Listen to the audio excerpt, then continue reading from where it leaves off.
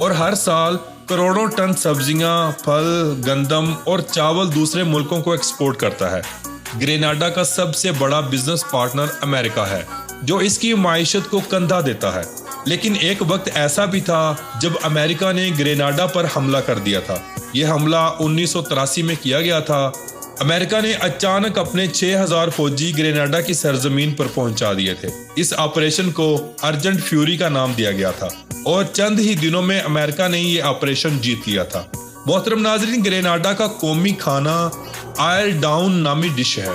اس dish کو ناریل کے دودھ میں پکایا جاتا ہے۔ یہ ڈش لوگ بہت شوق سے کھاتے ہیں۔ کوکوا ٹی گریناڈا کی سب سے پسندیدہ ڈرنک ہے۔ یہ کافی گریناڈا کے ذاتی کافی بینز اور مخصوص قسم کے مسالہ جات سے بنائی جاتی ہے۔ یہ کافی یہاں کے لوگ مارننگ میں بریک فاسٹ کے ساتھ ضرور استعمال کرتے ہیں۔ گریناڈا اپنے مسالہ جات کی وجہ سے کافی مشہور ہے، اسی لیے اسے دی آئی لینڈ آف اسپائس بھی کہا جاتا ہے۔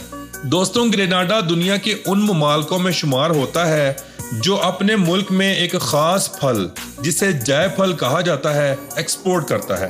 حتیٰ کہ گریناڈا کے جھنڈے میں بائیں طرف جائے پھل بنایا گیا ہے اور یہ ملک کا قومی پھل ہے۔ ہر سال کروڑوں ٹن جائے پھل دوسرے ملکوں کو بھی ایکسپورٹ کیا جاتا ہے۔ گریناڈا کی رم دنیا کی بہترین رم مانی جاتی ہے اور یہ بہت فیمس ہے۔ یہاں کے لوگ رم کے دیوانے ہیں۔ چھوٹے بڑے سب رم کو پانی کی طرح استعمال کرتے ہیں۔ یہ رم انٹرنیشنل مارکیٹ میں کافی فیمس ہے۔ ہر سال گریناڈا میں بہت سے فیسٹیول منعقد کیے جاتے ہیں جہاں لاکھوں کی تعداد میں لوگ شرکت کرتے ہیں۔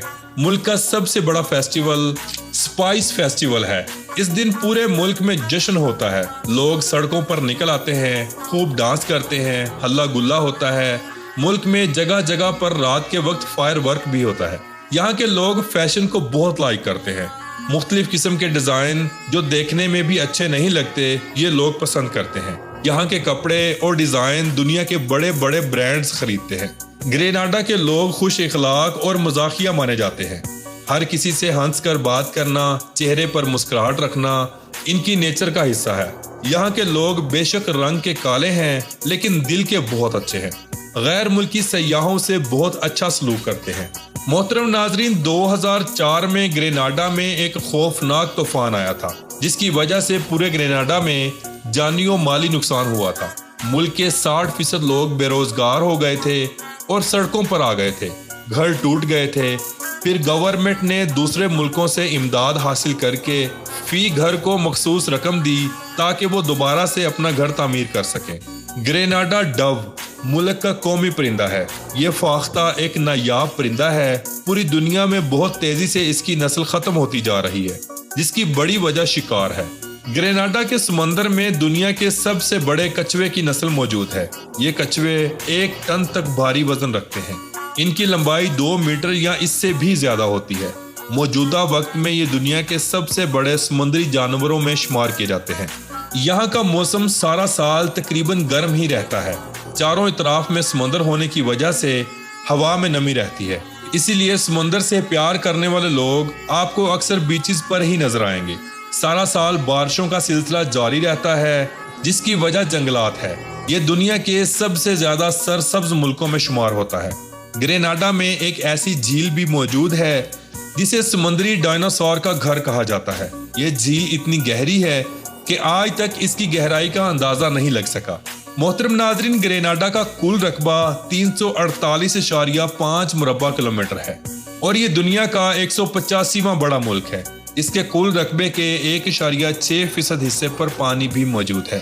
ملک کی کل آبادی 1,24,610 لوگوں پر مشتمل ہے۔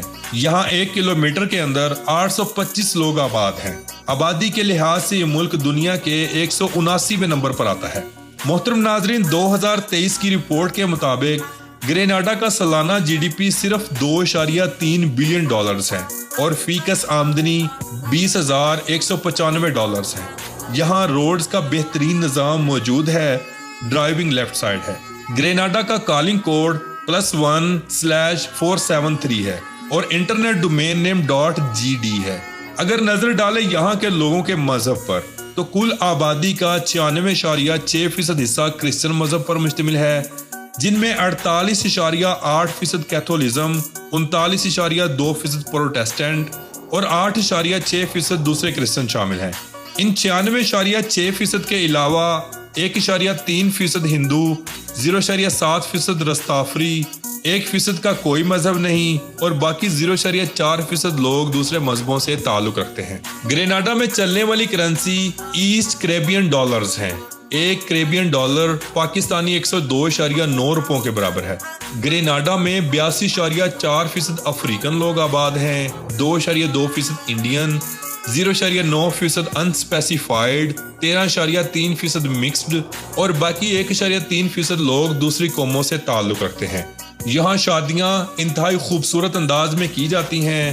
لوگ اپنے اپنے فرقوں اور قبیلوں کو مد نظر رکھتے ہوئے رسومات ادا کرتے ہیں۔ تو محترم ناظرین، یہ تھی آج کی ہماری گریناڈا کے اوپر ایک خوبصورت سی ڈاکومنٹری۔ آپ کو کیسی لگی کمنٹ باکس میں اپنی رائے کا اظہار ضرور کیجیے گا، اور نئے آنے والے دوستوں سے گزارش ہے ہمارے چینل کو سبسکرائب کریں، زیادہ سے زیادہ شیئر کریں اور لائک کریں۔ یہ آپ کی محبت ہوتی ہے جس کے ہم منتظر ہوتے ہیں۔ ساتھ میں لگے بیل آئیکن کے بٹن کو ضرور دبا دیا کریں تاکہ ہماری ہر نئی ویڈیو کا نوٹیفیکیشن بر وقت آپ کو ملتا رہے۔ تو ملتے ہیں اگلی اور بہترین ویڈیو میں۔ اللہ حافظ و ناصر، خدا حافظ۔